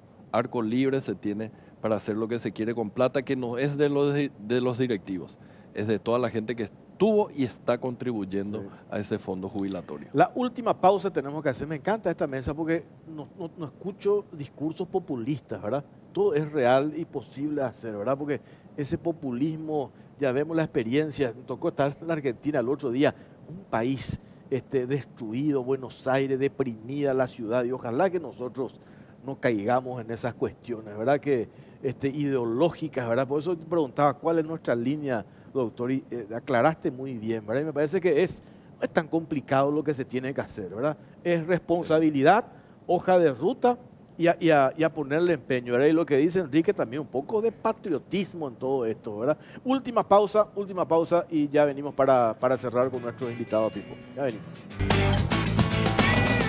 Bueno, último bloque ya de Cara o Cruz. Enrique Duarte, somos la niña bonita en la región, ¿verdad? Nos miran, recién en la pausa estábamos hablando de eso, cómo nos miran, nos ven mucho mejor afuera que inclusive acá, y eso hay que decir también, nuestros colegas medios de comunicación, con estas designaciones que hizo Peña, pretender dinamitar mirando cuestiones así intrascendentes, por ejemplo, no sé, de Javier Jiménez, antes de ponderar el currículum que tiene el sector privado, todo lo que él con su familia ha construido, miramos, sí, pero es primo hermano de su esposa. Claudia Centurión, con un currículum fantástico, sí, pero fue gerente.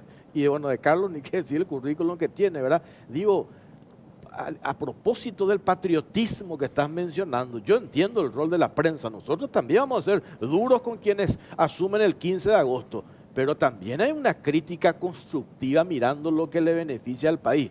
o si no creamos un ambiente de desánimo, de desesperanza, de que todo luego está mal y que ya no hay luego salida a esto. Sin embargo, ustedes recién hablaron, afuera nos ven con otros ojos, ingeniero. La verdad que afuera nos quieren más de lo que nosotros nos queremos acá adentro. Sí.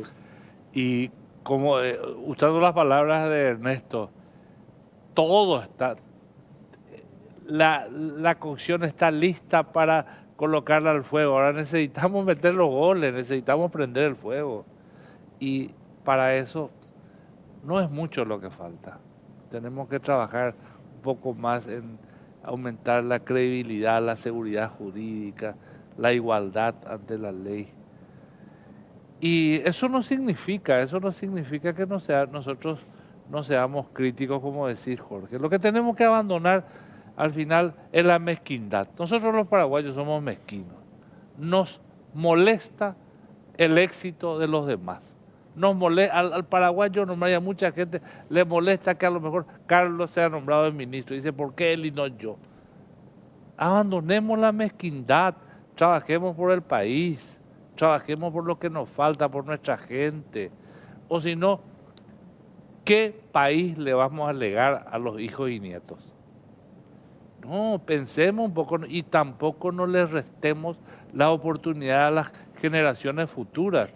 La oportunidad que hoy se nos presenta, yo no sé si en el futuro se nos habrá de presentar otra vez. O sea, tomemos con responsabilidad este momento y lo que nos está pasando. Ordenemos la casa, lo que está desordenado, pero no seamos mezquinos. Yo pienso así, Jorge, creo que tenemos que actuar así.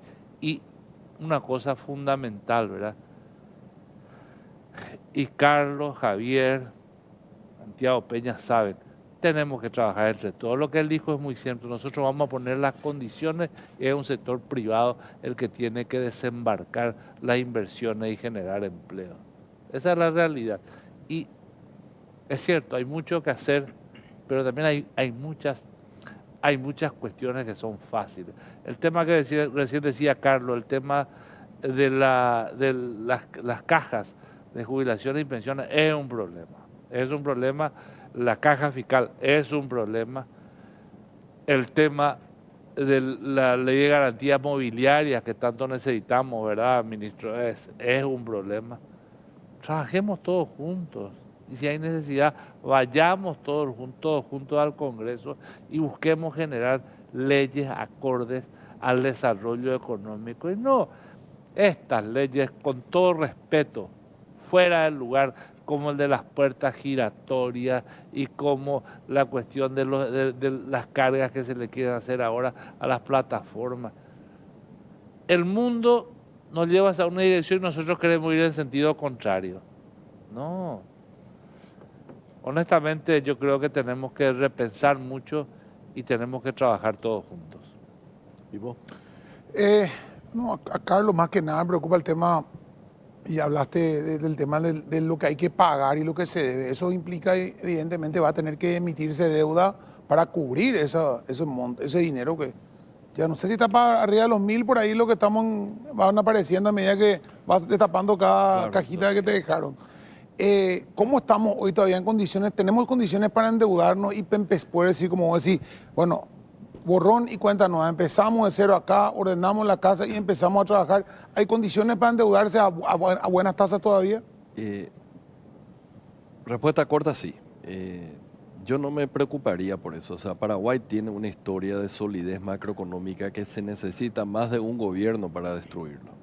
Entonces, sí, en vez de 34% del PIB, reconocemos y va a ser 35,5 o 36. Todavía es manejable eso. Y yo creo que en la medida que recuperemos la confianza en el país, el sector privado recupere la confianza en el país y todas las señales son de que ya está esa confianza, va a haber mayor consumo, mayor inversión, que quiere decir mayor crecimiento, por tanto mayor recaudación y por tanto se hace más fácil pagar esa deuda. Por eso es que no entiendo desde el punto de vista técnico la actitud que se tiene de negar estas deudas, porque Paraguay no va a quebrar si es que tenemos un déficit que en vez de 3 este año sea 5. Por supuesto, si tenemos 5 por siempre va a ser un problema, pero si tenemos un año 5 y encima en parte de la deuda está siendo arrastrada desde la época de la pandemia, hay que explicar bien qué es, por qué se originó, pagar y vamos para adelante. Tenemos mucho trabajo, pero Paraguay, como dice el presidente electo, es un país condenado al éxito. Entre broma y verdad, nosotros solemos decir en la radio, hablamos con el presidente de la ANDE, el problema del cableado subterráneo, ¿por qué no hacemos cada rato se corta la energía con un vientito fuerte? Necesitamos una inversión, 500 millones de dólares. No puede ser que los caños cada rato, si tenemos caños hace 50 años, tenemos que cambiar todo. ¿Cuánto necesitamos? 500 millones de dólares. No puede ser que cada año las escuelas y los colegios, cuando empiezan las clases, están por caer. ¿Cuánto necesitamos, ministro de Educación, para mejorar todo? 500 millones. Vamos a hacer un préstamo, vamos a endeudarnos en serio, como decía el finado Teruco Papalardo. Endeudémonos bien grande ya y no todo a puchito y hagamos ya los cambios estructurales de una buena vez. Ernesto, ¿verdad? ¿Coincidís con eso? Yo creo que la visión que tiene el presidente Peña es muy interesante, que hablaba él de los puestos de trabajo porque tiene que ver con el bienestar de la gente. Y si uno prioriza el bienestar, ¿qué es lo que está priorizando? Enrique hablaba, no puede la gente tardar 4 horas para llegar a su puesto de trabajo. Esas son las cosas que tenemos que resolver. Tenemos que resolver el problema de la gente. Porque si resolvemos esos problemas, entramos en el círculo virtuoso del aumento del consumo y la inversión. Creo que hoy tenemos un presidente que tiene la visión, tiene un equipo que tiene las condiciones y tenemos una coyuntura positiva. Y como vos decís, hay que hacer las inversiones y hay que hacer las inversiones en salud y en seguridad que permitan a las personas tener ese bienestar. Y a partir del bienestar, la mirada de largo plazo. La mirada de largo plazo es lo más importante. Y como dijimos, Paraguay tiene las condiciones. En Argentina la mirada es a 15 días, porque la inflación le consume a la gente. En Bolivia estamos viendo lo que está aconteciendo. Entonces, tenemos unas condiciones muy buenas de poder proyectar esa mirada de largo plazo, porque solo en el largo plazo y con planificación se pueden lograr las cosas. Y eso es Paraguay lo tiene. Creo que estamos en las mejores condiciones para lograrlo. 2 instituciones claves para el Ministerio de Hacienda, doctor Carlos Fernández Baldovino. Dirección Nacional de Aduanas, Subsecretaría de Estado de Tributación. ¿Vas a manejar eso? ¿Vas a decidir con Santiago Peña? ¿Va a ser un criterio tuyo del presidente electo? ¿Quiénes van a ir en esos cargos? Me dicen que Orué, que hizo buen trabajo, me dicen que, ¿cómo se llama el Orué? Oscar Orué, mejor se queda, me dicen, no sé yo, eso lo van a decidir ustedes, pero eso va a estar a cargo, tenés que tener el control de eso, ¿verdad? Sí, así mismo, no puede ser tan independiente que cada uno ande por su cabeza, como dice la gente acá. Necesitamos tener mayor control porque vamos a necesitar mayores recaudaciones como para hacer frente a todas las necesidades que vos mencionaste antes. Así que sí, voy a tener un ojo o los 2 ojos ahí sobre eso y tengo todo el apoyo del presidente electo para eso. Vos vas a designar eso. O sea, no designar, pero vas a elegir, le vas a decir a Santi, yo quiero trabajar con Pipó y con Jorge Torres. Yo me voy a aduana y él se va a tributación. No te conviene. ¿Cómo? No te conviene. ¿Cómo es se va, no se preocupen que va a estar. ¿Qué no van a hacer ustedes? No, pero va a estar la mejor gente. ¿Sí? Va a estar la mejor gente. Lo otro, ¿te acuerdas en el gobierno anterior? Porque es también una deuda pendiente el tema del funcionariado público. Supongo yo después, cuando termine el equipo de transición, vamos a hacer las revisiones en algunas instituciones, cuántos han entrado por la ventana, el tema de los concursos, ahí tener el concurso de Itaipú, parece es medio todo arreglado, medio casi hay, ese concurso 220 vacancias ahí todo dibujado. ¿Te acuerdas la matriz salarial que tanto se hablaba? Sí. O pareí eso, ¿verdad? Quedó ahí en la nada cada uno otra vez. Esas son las reformas pendientes que tenemos que hacer en serio y profundas, Carlos. Yo creo que fue una buena idea inicialmente, pero después si vos eliminaste ciertos rubros y después 5 presupuestos después empezás a crear los mismos rubros, o sea, te quedaste en el mismo lugar. Entonces, desafortunadamente, todo el avance que se hizo se retrocedió. Lo mismo te puedo decir con con la caja fiscal que estuvimos mencionando anteriormente, 200 millones de dólares por año. ¿Por qué? Se había hecho una reforma ya a inicio del año 2000 y después se empezó a hacer reformas acá, reforma allá, reforma acá, reforma allá y termina siendo, en vez de poner agujeritos, eran grandes agujeros. ¿Cómo se blinda eso, ministro? Para que no venga otro gobierno y haga eso. Es que muchas veces no está en manos del Poder Ejecutivo. Las cosas salen del Congreso. Uno no tiene, digamos, mucha tiene fuerza mientras tenga fuerza política, pero después, en el momento de la discusión del presupuesto o de ciertas leyes, tenemos este tipo de resultados porque justamente el Congreso es el órgano que tiene que sancionar las leyes y ahí muchas veces no hay mucha conciencia con respecto a lo importante que es mantener el equilibrio de la caja fiscal o la eficiencia en el gasto fiscal, etcétera, etcétera. Hay para ir redondeando, nuestro sistema es cuasi parlamentarista, ¿verdad? Todo pasa por el Parlamento. Yo veo con buenos ojos, por algo ganaron las elecciones, que en mayoría los colorados en el Senado, que tengan mayoría en el Senado y en diputados.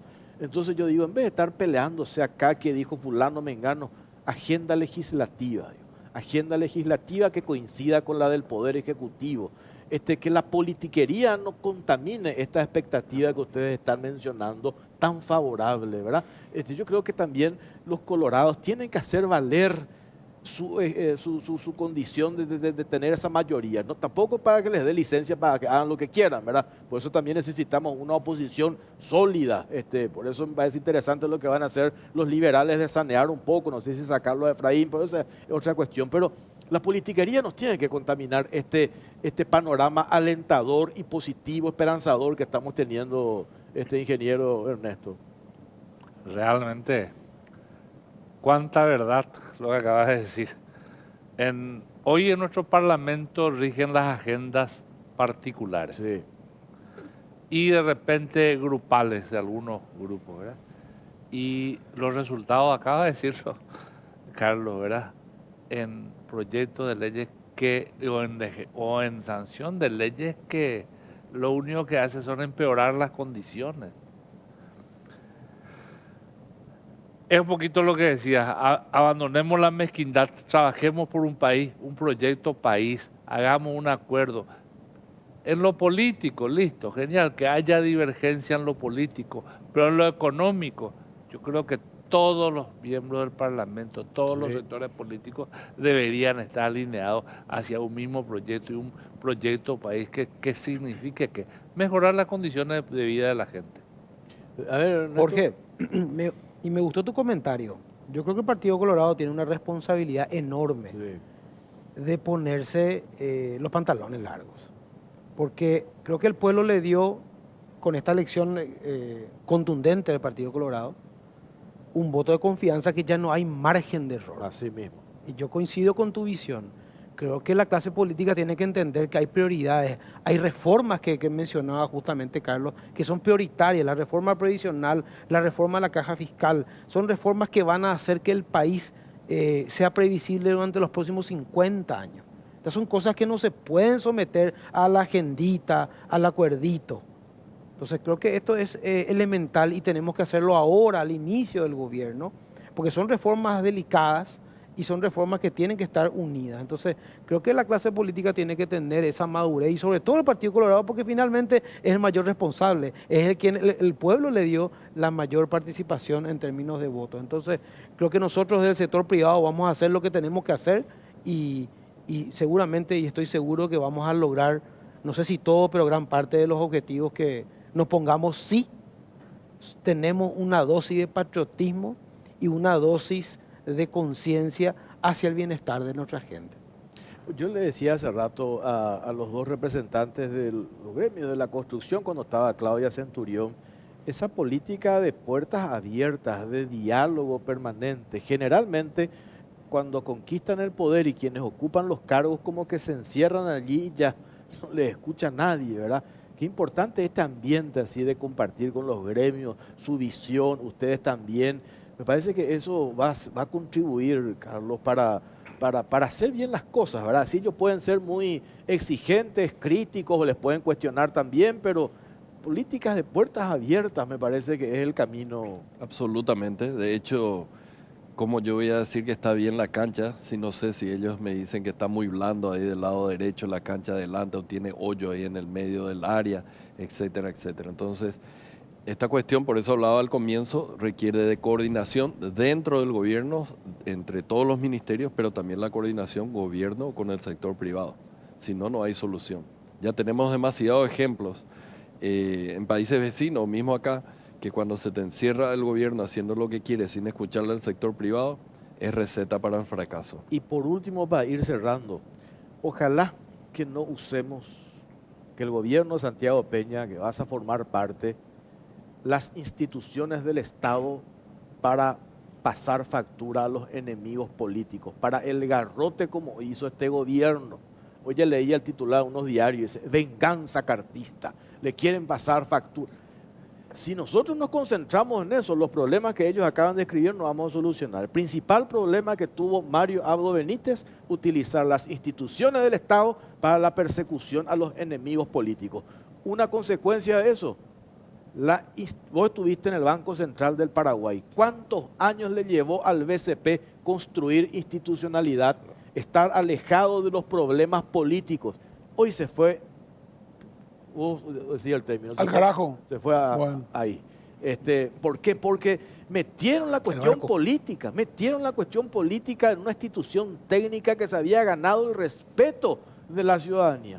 Entonces digo, no entremos en ese tema de pasar factura porque la UIP fue muy duro con nosotros, entonces lo vamos a apretar con esto. Si nos dedicamos a eso no vamos a hacer absolutamente nada, Carlos. Ningún interés en tener eso y de hecho la persecución y por tanto el fracaso del sector privado va a ser nuestro fracaso. Así que el éxito del sector privado va a ser nuestro éxito. Así que todas las garantías de que van a tener las reglas de juego claras y sin usar a las instituciones, porque por lo menos de lo que yo me acuerde, en mi época como presidente del Banco Central no se le persiguió a nadie en absoluto, no hubo queja con respecto a eso. Así que mismo comportamiento en el Ministerio de Hacienda. Perfecto. Carlos, gracias por tu tiempo y por compartir con nosotros. Hay mucho por delante, ¿verdad? Qué mucho frente. Vos vas a elegir, o sea, te dieron la institución más complicada. Vas a tener muchos amigos, muchos enemigos porque vas a ser el dueño de la billetera. De la billetera y de la deuda. La billetera no sé qué tiene, ese es el gran problema, parece que está medio vacío. Pero Dos bueno. cédulas y un carnet. Jorge, ¿me permitís? Le voy a decir algo Sí. a Carlos acá, que es una preocupación que yo tengo. Nosotros estamos en vía del desarrollo. Hoy la tecnología viene al sector industrial. Hoy requerimos cada vez más calidad en el suministro energético. Absolutamente. ¿Por qué? Por la tecnología que envuelve la producción. Y yo, Carlos, te quiero pedir, vamos a colaborar contigo, vamos a cuidar ese bono energético, ese bono que tenemos que es el energético. Demos las condiciones y no dejemos que nuestro perfil energético, nuestra estructura energética nacional caiga, porque realmente con mucho esfuerzo se está manteniendo y hoy hay muchos sectores de la industria que quieren desembarcar al país y no están desembarcando porque hay problemas de calidad. Y el problema de calidad porque hubo problemas de falta de inversión. Y el problema de falta de inversión fue porque se manejó políticamente la tarifa. O sea, trabajemos, por favor, por mantener ese gran bono que tenemos, que es el bono energético, y cuidemos a la estructura energética nacional. Gracias, ingeniero. Gracias, ingeniero. Ernesto, ya te agradecemos también tu participación. Vamos a seguir en contacto. Gracias. ¿Sí? Muchas gracias. Pipo, nos vamos. Nos vamos, señor. Sí, gracias por acompañarnos. Buenas noches. Es la verdad eso.